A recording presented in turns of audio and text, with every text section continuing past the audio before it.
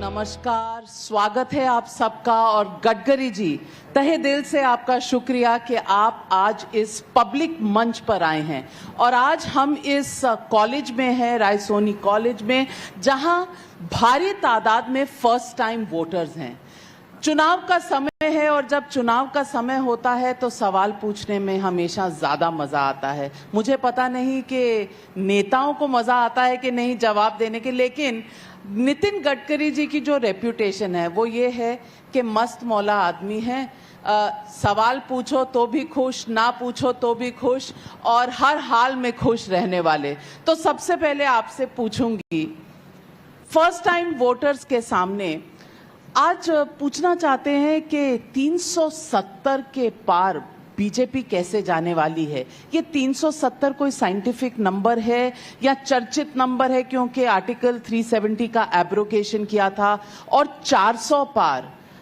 कुछ लोग ट्विटर पर भी सवाल पूछ रहे हैं कि थोड़ा ज्यादा नहीं हो गया? देखिए, 10 साल में इस देश में अलग अलग क्षेत्रों में हमने जो काम किया है, एजुकेशन हो, हेल्थ सर्विस हो, इंफ्रास्ट्रक्चर हो, इकोनॉमी हो, एग्रीकल्चर हो, तो जो अलग अलग लोग हैं उनका अलग अलग सेक्टर से संबंध है। और इसका सबसे बड़ा अच्छा परिणाम यह है कि हमारा जीडीपी ग्रोथ बढ़ रहा है, और जो प्रधानमंत्री जी का सपना और मिशन है कि हम जल्दी ही वर्ल्ड की 3rd लार्जेस्ट इकोनॉमी बने, और मुझे लगता है कि हर क्षेत्र में प्रगति हो रही है हमारे शासन काल में। चाहे इंजीनियरिंग हो, रिसर्च हो, innovation, entrepreneurship, science, technology, research, skill and successful practices, we name it as knowledge and conversion of knowledge into wealth is the future. और ये सब उसी के द्योतक है, और इसको फैसिलिटेट करने वाली हमारी सरकार है। इसलिए young generation science, technology, research के कारण पूरी हमारे साथ जुड़ी हुई है, और उनका 90% वोट हमको ही मिलेगा, ऐसा हमारा विश्वास है। लेकिन राहुल गांधी तो कहते हैं कि इस देश में किसी को नौकरी नहीं मिल रही, इस देश में कास्ट सेंसस नहीं हो रहा, इस देश में जो भी हो रहा है वो गलत हो रहा है। आपका क्या विचार है? राहुल गांधी के क्रिटिसिज्म में कोई तथ्य है? देखिए, अपोजिशन पार्टी जो होती है उनका काम यही होता है। जैसे हिंदी पिक्चर में एक हीरो होता है, एक विलन होता है, कैरेक्टर एक्टर होता है। वो विलन का रोल ही ऐसा होता है कि उसको पैसे इसीलिए मिलते हैं कि वो विलन का काम करता है। तो जो अपोजिशन पार्टी में होता है, वो अगर कहेगा कि रूलिंग पार्टी ने अच्छा काम किया, उसको पढ़ते हुए भी, तो उसका दुकान नहीं चलेगा। तो उसको स्वाभाविक रूप से हमारे विरोध में ही बोलना पड़ता है, इसलिए वो बोल रहे हैं। इससे ज्यादा कोई बहुत गंभीरता से लेने की आवश्यकता है, ऐसा मुझे नहीं लगता। तो आप कह रहे हैं विपक्षी पार्टियां जो हैं वो विलन होती हैं? विलन नहीं कह रहा हूं मैंने उदाहरण इसलिए दिया कि जिस प्रकार का कैरेक्टर मिलता है उस प्रकार का रोल होता है। तो ये डेमोक्रेसी में होता है। वो इधर लाल बेंच होते हैं, तो वो जो विरोधी पक्ष के बेंच होते हैं उसमें लोग चिल्लाते हैं। जब मंत्री बन जाते हैं तो वही समझदारी की बात करते हैं। तो दोष व्यक्तियों का नहीं होता, दोष चेयर्स का होता है। जहां बैठता है वैसी बात करता है। तो दोष अगर चेयर्स का है, तो आप मानते हैं कि सबसे ताज़ा और गर्मा गर्म खबर जो है वो है इलेक्टोरल बॉन्ड्स पर जो खुलासा हुआ है। स्टेट बैंक ऑफ इंडिया ने लिस्ट दी है इलेक्शन कमीशन को, और इलेक्शन कमीशन ने वेबसाइट पे डाल दी है। बावजूद इसके सुप्रीम कोर्ट ने सुनवाई में कहा कि कुछ तथ्य दिए नहीं गए स्टेट बैंक द्वारा। नंबर्स जो हैं, जो एक यूनिक बॉन्ड के नंबर्स होने चाहिए, वो प्रोवाइड नहीं किए गए, और सुप्रीम कोर्ट ने एक्सेप्शन लिया है इस बात का। विपक्ष का कहना है इलेक्टोरल बॉन्ड्स जो हैं वो सबसे बड़ा स्कैम है इंडिपेंडेंट इंडिया का। आप क्या जवाब देंगे? नहीं, पहली बात तो ऐसी है कि अरुण जेटली जब वित्त मंत्री थे तब उन्होंने इस आइडिया को तैयार किया था, और उस समय यह था कि पॉलिटिकल पार्टी का तो पैसा लगता ही है। अच्छा, अगर वो आइडेंटिफाई होता है तो उनका नुकसान भी होता है। तो उस समय उन्होंने जो पॉलिसी बनाई थी उसके अनुसार ये आया था। और मुझे ऐसा लगता है कि पॉलिटिकल पार्टी ये लोकतंत्र में आवश्यकता है, और ये सच्चाई है कि no philosophy can be taught to empty stomach. आप कहीं भी जाइए, आप ये कार्यक्रम करेगी तो आपको कहीं ना कहीं कुछ ना कुछ खर्चा तो लगता ही है। तो स्वाभाविक रूप से जनता पॉलिटिकल पार्टी को मदद करती है। उसको कानूनी स्वरूप देकर ये बनाया है। उस समय मुझे तो लगता कि ये पूरी ट्रांसपेरेंट और अच्छे तरीके से हुआ है, पर इस matter is sub judice in Supreme Court, so it will not be more appropriate to make more comments on it. पर इसके बाद भी कोर्ट जो निर्णय करेगी उसके ऊपर जरूर विचार करेंगे। कोर्ट ने तो निर्णय कर दिया है कि सरकार छुपाना चाहती थी और हम ट्रांसपेरेंसी लाना चाहते हैं, यानी कि सरकार छुपा क्या रही थी, सवाल इस पर है। नहीं, कोई सरकार ने कुछ छुपाया नहीं है। जो कानून जैसे बना था, जो पॉलिसी बनी थी, उसके अनुसार ही बॉन्ड्स दिए थे, उसी प्रकार से लोगों ने जमा किए थे। तो ये सरकारी नियमों के अधीन होकर ही एक सब हुआ था। सरकार ने कोई बात छुपाने की कोशिश न कल भी की थी, न आज भी की है। आपकी पार्टी सबसे बड़ी पार्टी है, बहुत राज्यों में है, लेकिन आपको 600 गुना ज्यादा, 600% ज्यादा डोनेशन मिले, इसमें दाल में कुछ काला नहीं है? नहीं, मुझे लगता है जो मिला वो बैंक के द्वारा मिला है, और इसलिए सभी बातें ट्रांसपेरेंसी से लोगों के सामने है और सिस्टम में भी है, और कोर्ट अब इसके ऊपर निर्णय कर रहा है। We should wait for the decision of the court. आपका भी एक साउंड बाइट है, आपने एक कंपनी मेगा इंजीनियरिंग की तारीफ की थी, उनके पास कॉन्ट्रैक्ट भी गए, कुछ टनल बनाने के, कुछ ट्रेन्स बनाने के, ट्रेन के ब्रिज बनाने के। मेगा इंजीनियरिंग ने 966 करोड़ रुपए डोनेशन में दिए हैं। किस पार्टी को दिए ये निकल कर तो नहीं आया है, लेकिन 966। अनुमान ये लगाया जा रहा है कि आपने स्वयं तारीफ की थी और पार्लियामेंट में तारीफ की थी ऐसी कंपनी की, तो लोग लिंकेजेस भी बना रहे हैं। और मैं ये आपका ही साउंड बाइट पार्लियामेंट से यहाँ सबके सामने और आपको भी याद दिलवाने के लिए मैं मान्य करता हूँ ना, मैंने तारीफ की।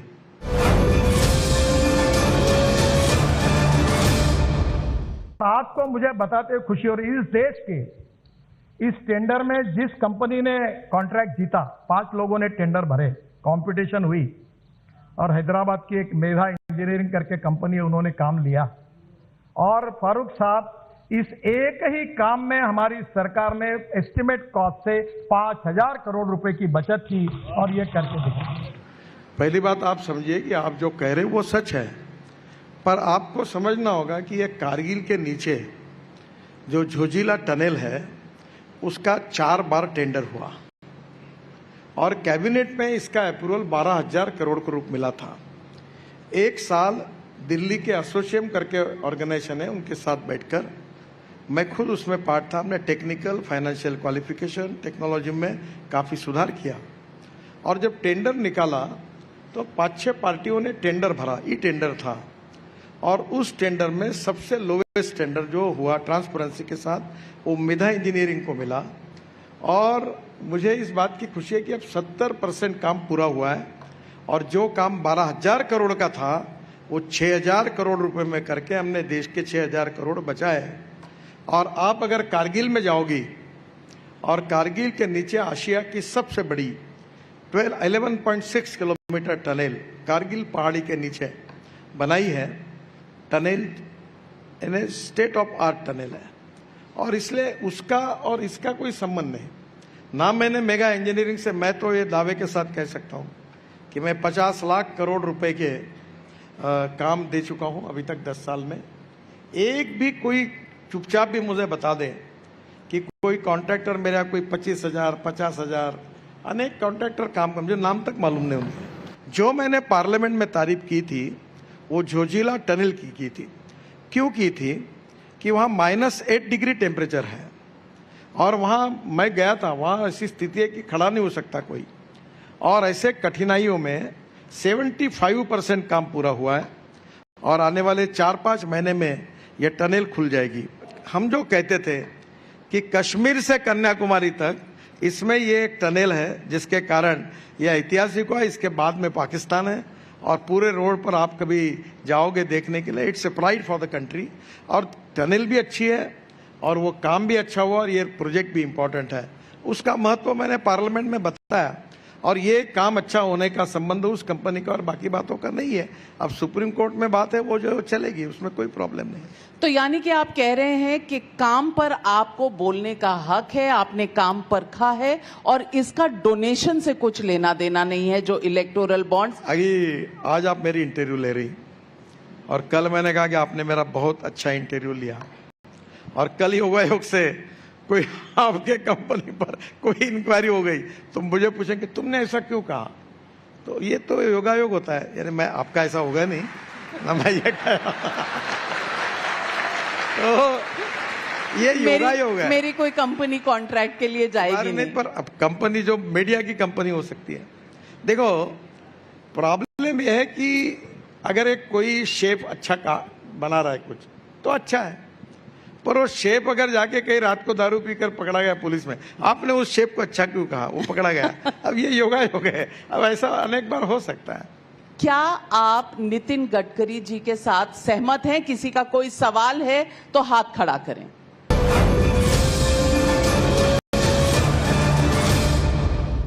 सर मेरा क्वेश्चन था, जो एनएमसी में डिफरेंट सेक्शंस हैं जो रोड कंस्ट्रक्शन के लिए रिस्पॉन्सिबल है या फिर पाइपलाइन कंस्ट्रक्शन के लिए रिस्पॉन्सिबल है, सर उसमें कोऑर्डिनेशन क्यों नहीं है?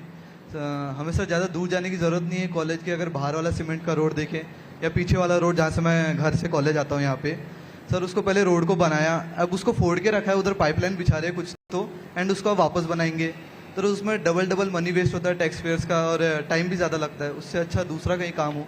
बहुत बढ़िया सवाल। पहली बात तो ऐसी है कि आपके कॉलेज के सामने जो रोड है वो एनएचए का नहीं है, मेरे डिपार्टमेंट का नहीं है। दूसरी बात यह है कि एमएलए समीर मेघे के कहने पर मैंने सेंट्रल रोड फंड से ये रोड कंक्रीट का बनाया। दूसरी बात, इसको पूरा पैसा मैंने दिया और फिर ये रोड को शायद पुलिस कैंप है जयताला तक, वहाँ तक लेके गए हैं और बाद में अंदर में भी कंक्रीट रोड बनाया।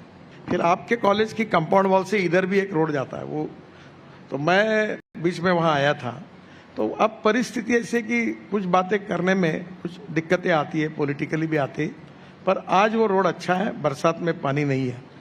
और फिर इतनी एजेंसी हमारी सिस्टम में है कि उसमें it is really important that we need to establish cooperation, coordination and communication between the stakeholder. मैं कभी कभी मजाक में कहता हूँ कि हम रोड कंक्रीट का बनाते हैं तो पानी वाले देखते रहते कब बनता, वो तुरंत तोड़ने के लिए आते, पाइपलाइन डाले। फिर वो बताया तो टेलीफोन वाले आते हैं, टेलीफोन वालों का रोड अच्छा किया तो इलेक्ट्रिसिटी वाले आते हैं। तो ये गति शक्ति में थोड़ा सा कोऑर्डिनेशन काफी कुछ हुआ है, पर और ज्यादा होने की आवश्यकता है। बहुत सही कहा आपने। कुछ सवाल ट्विटर पर भी आपके लिए आ रहे हैं। सार्थक त्यागी का सहारनपुर से सवाल है। मेरा सवाल यह है कि जिस मेगा इंजीनियरिंग की तारीफ आपने सदन में की थी, वही कंपनी आपकी पार्टी को ढेर सारा चंदा देती है और काम लेती है। कहीं ये चंदे के बदले काम का कोई फॉर्मूला तो नहीं? आप इसका जवाब दे चुके हैं। श्रीधर रामास्वामी का ट्विटर पर सवाल है, बता सकते हैं कि बॉन्ड में चंदा देने वालों में पाकिस्तानी कंपनी का नाम क्यों है? नहीं, मुझे तो कुछ पता नहीं है किसने चंदा दिया और क्या दिया है, और मेरा इस विषय से डायरेक्ट इनडायरेक्टली कोई संबंध भी नहीं है। और मैं आपको एक बात बताता हूँ कि पार्टी को बहुत लोग चंदा देते हैं। आप में से कोई, बहुत से लोग एक आधे बार एक मेंबर भी होंगे।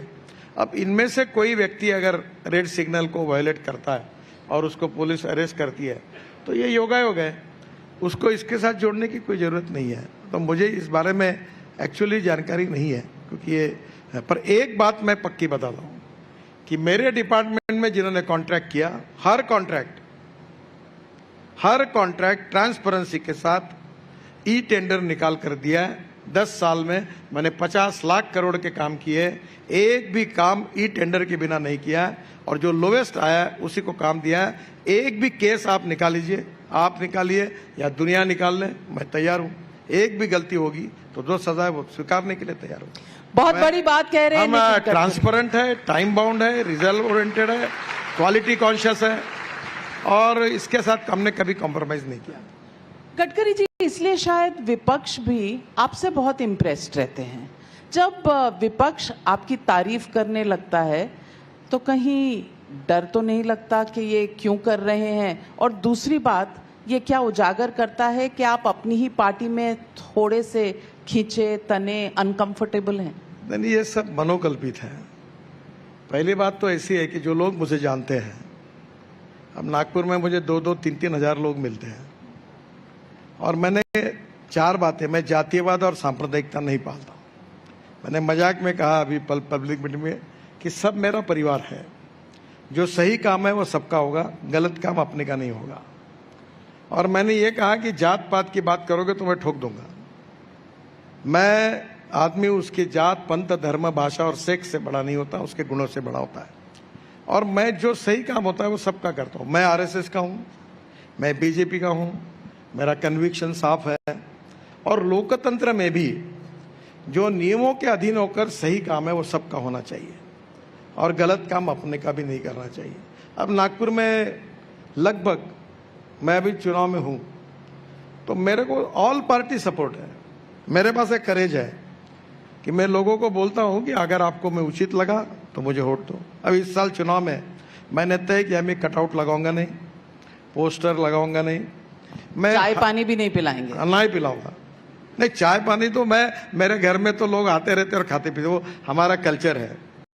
पर मैं चुनाव वोट देने के लिए किसी को कोई ऑफर नहीं करूंगा। जात पात की बात मेरे पास करेगा तो मैं ठोक देता हूं उसको। मैं कहता हूं पूरा शहर, पूरे तो राहुल गांधी को ठोक देंगे क्या? क्यों? तो रोज जात पात की बात करते हैं, कास्ट सेंस। वो काम जनता करेगी, मुझे करने की जरूरत नहीं है। मैं एक साउंड बाइट भी सुनाना चाहती हूं। जब आपको कांग्रेस पार्टी में इनवाइट किया तो आपने क्या कहा, ये तब तक गडकरी जी का ये साउंड बाइट भी सुना।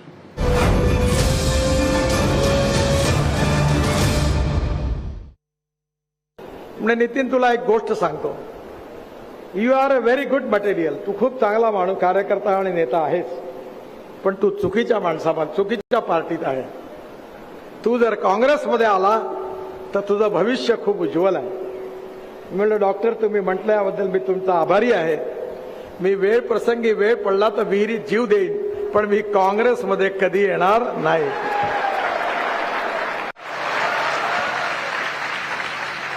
ये नितिन, तुला एक गोष्ट, ऐसी क्या एलर्जी है कांग्रेस से? नहीं, ऐसा नहीं है. तो मुझे एक बार डॉक्टर श्रीकांत जिचकार मेरे बहुत अच्छे मित्र थे, बहुत विद्वान थे, वो अच्छे व्यक्ति थे. वो बोले you are a good material but in wrong party. इस पार्टी को बोले नितिन भविष्य नहीं है, तुम कांग्रेस में आओ.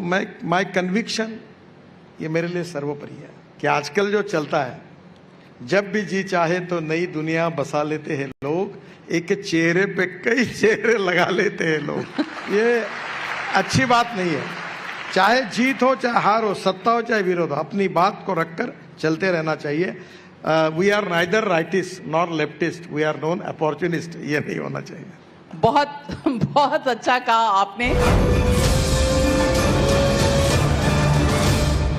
सवाल पूछ रही हैं वहां, जी अपना नाम बताइए और सवाल पूछिए. नमस्कार सर, मेरा नाम तनीषा है. सर पहले तो थैंक यू, आपने महाराष्ट्र में बहुत डेवलपमेंट किया है जिसमें कहीं ना कहीं मोदी, महाराष्ट्र में बहुत डेवलपमेंट किया है जिसमें कहीं ना कहीं मोदी जी का भी बहुत सपोर्ट है आपको. तो सर मेरा क्वेश्चन ये है कि अभी कुछ लोग बोल रहे हैं कि मोदी जी डिक्टेटर है, लाइक ध्रुव राठी. तो सर आपने उनके साथ काम किया है, मोदी जी के साथ, तो आपका एक्सपीरियंस कैसा है, आपका क्या थॉट है इस चीज पर? नहीं, वो बहुत परिश्रमी है, 18 घंटे काम करते हैं, स्ट्रांग कन्विक्शन के हैं और देश और समाज के प्रति समर्पित है, और उनकी अपना एक वेल डिसिप्लिन सिस्टम है. और आज उन्होंने 10 साल में जो काम किया वो जनता के सामने है, और मेरा उनसे काफ़ी अच्छा संबंध है. मैं पार्टी का अध्यक्ष था, वो गुजरात के मुख्यमंत्री थे, तो काफ़ी बार सब बातों की चर्चा होती है. डिक्टेटर होने के कोई उनमें नजर आते हैं? नहीं, वो तो सब कैबिनेट में सबको पूछते हैं, चर्चा करते हैं. अनेक बार हम अपनी बात रखते हैं, वो उनके मतों के विरोध में होती है, उसको सुनते हैं. ऐसी बात तो नहीं है. नहीं है. तो आप पार्लियामेंट्री बोर्ड में क्यों नहीं है? लोग समझते हैं, और ये अक्सर चर्चा होती है कि कुछ तो 36 का आंकड़ा है कि गडकरी जी अब पार्लियामेंट्री बोर्ड के मेंबर नहीं है, जबकि आप एक पूर्व अध्यक्ष हैं पार्टी के, परफॉर्मिंग सीनियर मिनिस्टर हैं. और मैं फिर से कहती हूं कि जब तक आपकी नाम की घोषणा नहीं हुई थी, अटकलें भी लग रही थी इस बार शायद टिकट कट जाएगा। ये क्या होता है, ये गॉसिप चलता है।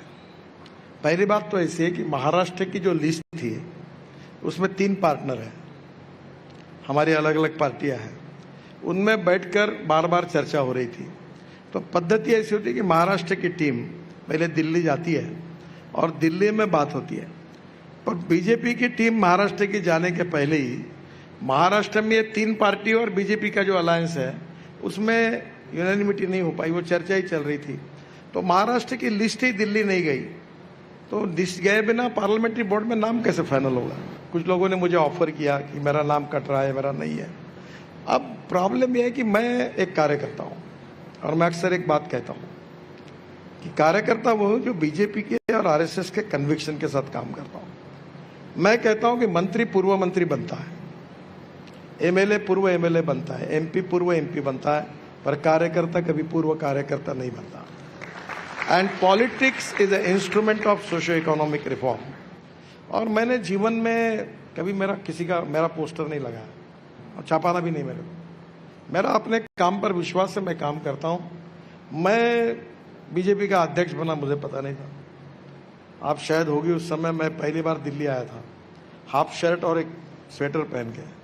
मेरे पास कोट ही नहीं था क्योंकि मैं कोट पहनता नहीं था। और दिल्ली में उस समय करीब 2 डिग्री वगैरह टेम्परेचर आ गया था।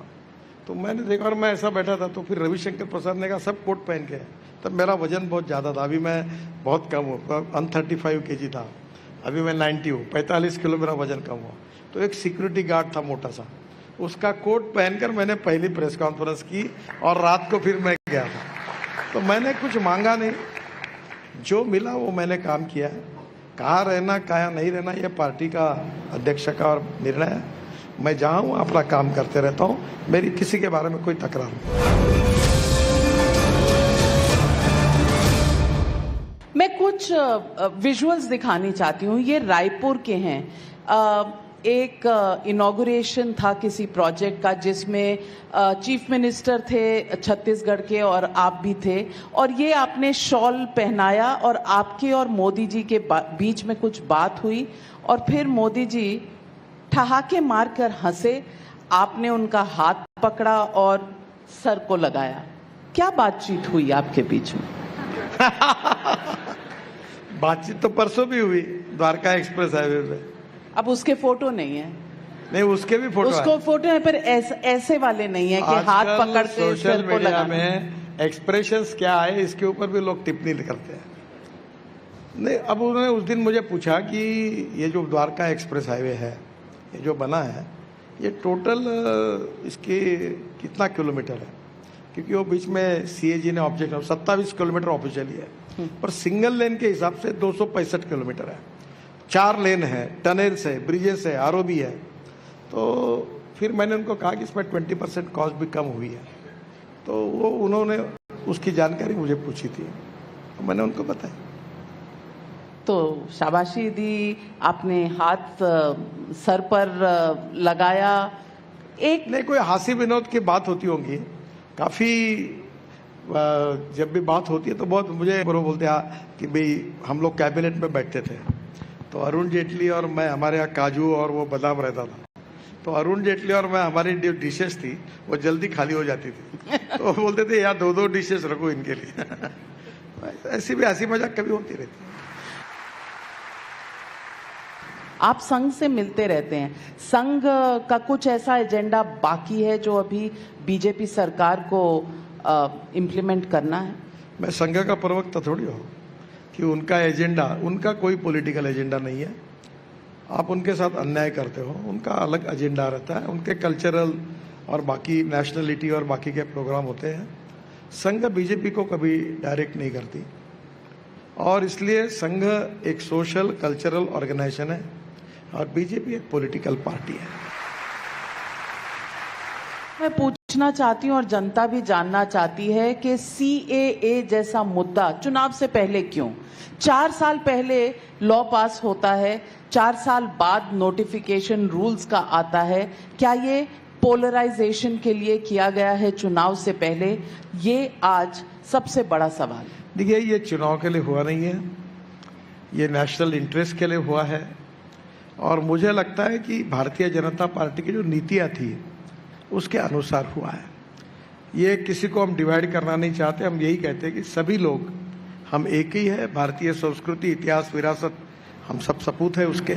लेकिन केजरीवाल जी कहते हैं आप 1.5-2 करोड़ पाकिस्तानी ले आएंगे और क्राइम रेट बढ़ जाएगा, नौकरियां चली जाएंगी, रेप बढ़ जाएंगे। इस तरह के जो सवाल हैं उनका क्या जवाब देंगे? मुझे लगता है बहुत सी बातों को सुनना चाहिए और छोड़ देना चाहिए, आप चिंता अब मुझे बताइए कि संविधान में बाबा साहेब अम्बेडकर जी ने लिखा है कि जो लोग जिनको दुनिया में कोई आधार नहीं, कोई देश नहीं, जैसे यहाँ के सिख है, बौद्ध है, जैन है, हिंदू है, अगर वो पाकिस्तान में रहते और उनको निकाल दिया तो उनका ओरिजिन हिंदुस्तान है, तो उनको यहाँ नागरिकत्व मिलेगा ही। जिनको और देशों में भी नागरिकत्व मिल सकता है वो अलग कैटेगरी है। तो मुझे लगता है कि इन सब बातों को इस प्रकार से जोड़ना ठीक नहीं है। आज हमारे देश के लोग पूरे खाड़ी देशों में कितने बड़े प्रमाण पर हमारे लोग हैं, दुबई, दोहा, कतार, अबू धाबी। अब हमारे लोग अमेरिका में कितने हैं, लंदन में कितने हैं। तो एक बात है कि वो हमारे देश के जो लोग हैं, कल अगर लंदन ने उनको निकाल दिया तो वो कहाँ जाएंगे? तो कॉन्स्टिट्यूशन ये कहती है कि इन इसके जो लोग होंगे जिनका ओरिजिन हिंदुस्तान में होगा उनको नागरिकत्व मिलेगा। उसमें गलत क्या है? मैं आपसे एक रैपिड फायर राउंड करना चाहती हूं और रैपिड फायर राउंड में आपको जल्दी जवाब देने हैं। 400 पार या 400 से कम? नहीं, निश्चित रूप से 400 पार होंगे।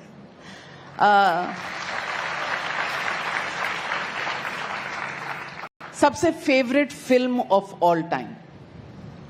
मेरी तो बहुत फिल्में फेवरेट है।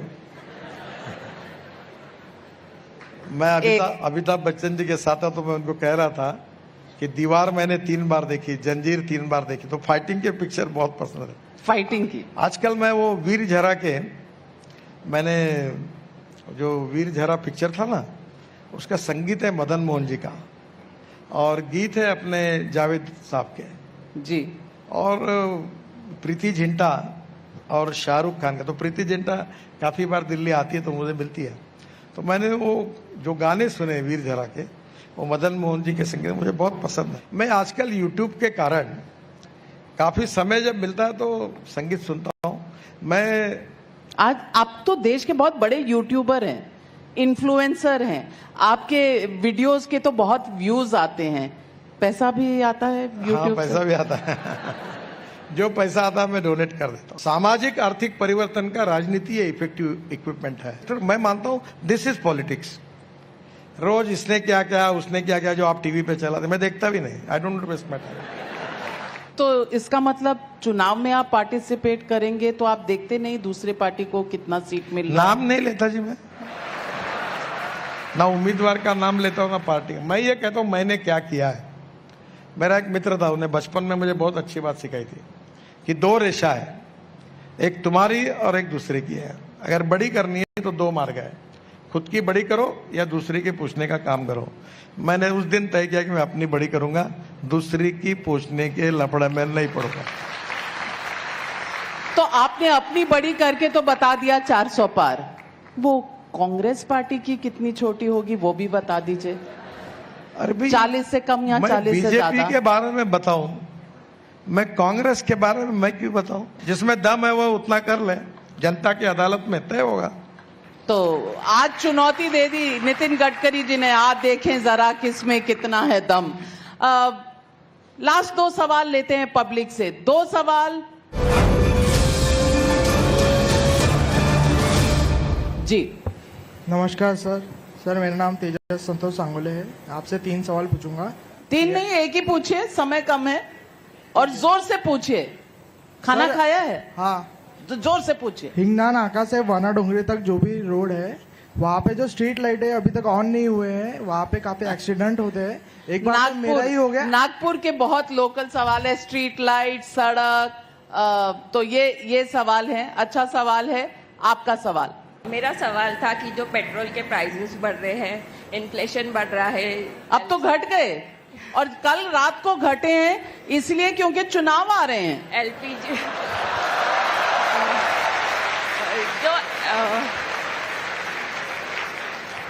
एलपीजी जो गैसेस है वो अबव 1000 मिलते हैं। मैं आपको इससे ऊपर भी और फायदे की बात बताता हूँ। और जो डेली यूज के जो मैं सामान भी दिल्ली है, में उसके इलेक्ट्रिक भी गाड़ी फायदे यूज करता हूँ, फिर 100% टोयोटो की इनोवा गाड़ी बायो इथेनॉल पर यूज करता हूँ। अब मेरा आप सबको आह्वान है कि अब हाइड्रोजन ये भविष्य का फ्यूल है, फ्यूचरिस्टिक टेक्नोलॉजी, फ्यूचरिस्टिक विजन, इसके आधार पर आप हाइड्रोजन पे काम करिए। अगर आप 20,000 रुपये महीने का पेट्रोल पे कार पे खर्चा करते होंगे तो इलेक्ट्रिक का खर्चा केवल 2,500 रुपये आएगा।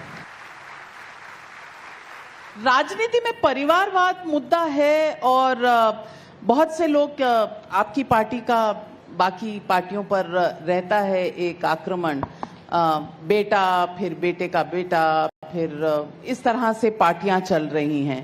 पहले अशोक गहलोत, फिर जूनियर गहलोत, पायलट फिर जूनियर पायलट, कमलनाथ फिर जूनियर कमलनाथ। लेकिन लोग कहते हैं आपकी पार्टी में भी परिवारवाद है, पुराने नेताओं के बच्चे किसी का पुत्र होना गुनाह नहीं है और उसको टिकट मिलना भी गुनाह नहीं है, पर जैसे मेरे पुत्र को टिकट दो इसका आग्रह मैं करूं तो वो मीनिंगलेस है।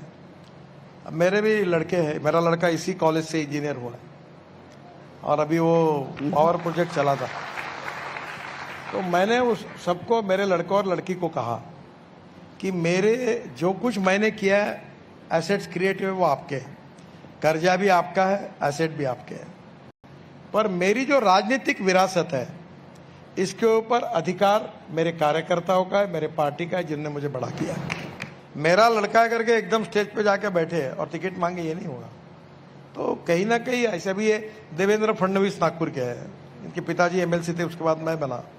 मैं, उनकी तबीयत खराब थी तो मैं उनके पास गया था कि देवेंद्र को राजनीति में ले जाता हूँ, तो उन्होंने कहा उससे बात करो। तो वो राजनीति में उनके पिताजी के कारण नहीं है, मेरे कारण आया। मैंने उनको बोला कि इसको राजनीति में लाओ।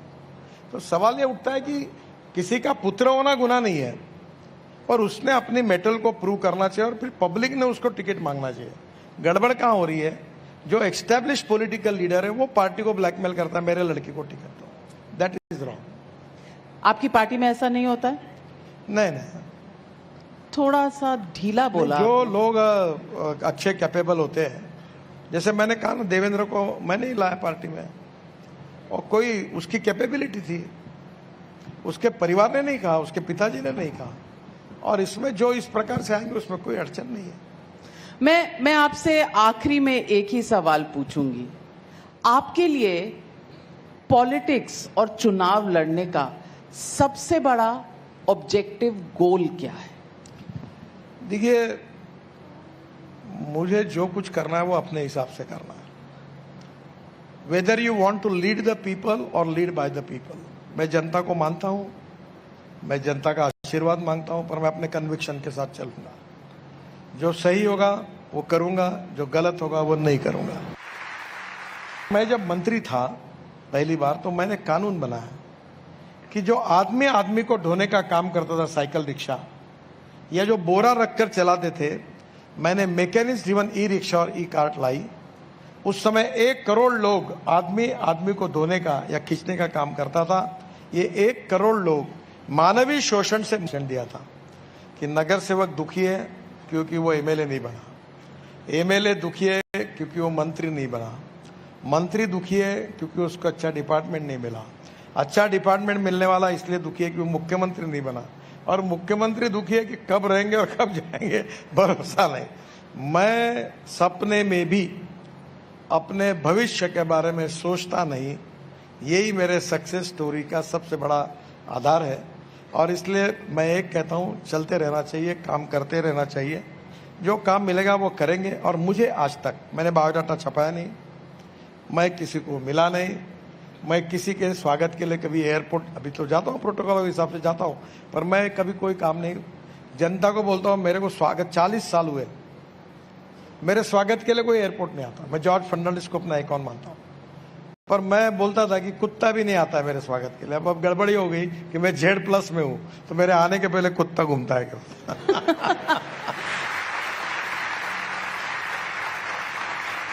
हर व्यक्ति में अच्छाई होती है। मैं युवाओं को कहूंगा, no one is perfect and no one can claim that he is perfect. उत्तम, अधिक उत्तम, सर्वोत्तम up to infinity. You cannot catch your own image. और मेरे जीवन का एक बहुत अच्छा अनुभव मैंने बताया कि मैं बिल गेट्स से लेकर अमिताभ बच्चन तक सबसे मेरी दोस्ती हुई। मैंने कहा जिन लोगों को मैं दूर से बड़ा समझ रहा था, उनके नज़दीक जाने के बाद मुझे पता चला कि मैं जितना बड़ा समझ रहा हूँ उतने बड़े नहीं, वो छोटे हैं। और दूर से जिनको मैं बहुत छोटा समझ रहा था, उनके नज़दीक जाने के बाद मुझे पता चला ये बहुत बड़े हैं। तो ये अच्छाई और गुणवत्ता, क्वालिटी, इसके ऊपर किसी का पेटेंट नहीं है। छोटा भी आदमी क्यों ना, उसकी जो अच्छाई है उसको स्वीकार करो और अपने में लाने की कोशिश करो और पूर्णांक की ओर चलो। और कोई पूर्णांक हो ही नहीं सकता, क्योंकि अपूर्णांक ही है सब लोग। पर ये जितना हम कोशिश करेंगे उतना अच्छा बनेंगे। That is the philosophy of the life. ये मेरा विश्वास है। Thank you very much. और पब्लिक मंच पर हमारे साथ जुड़ने के लिए बहुत बहुत धन्यवाद। And great audience, great first time voters, आप सबका भी तहे दिल से बहुत बहुत धन्यवाद।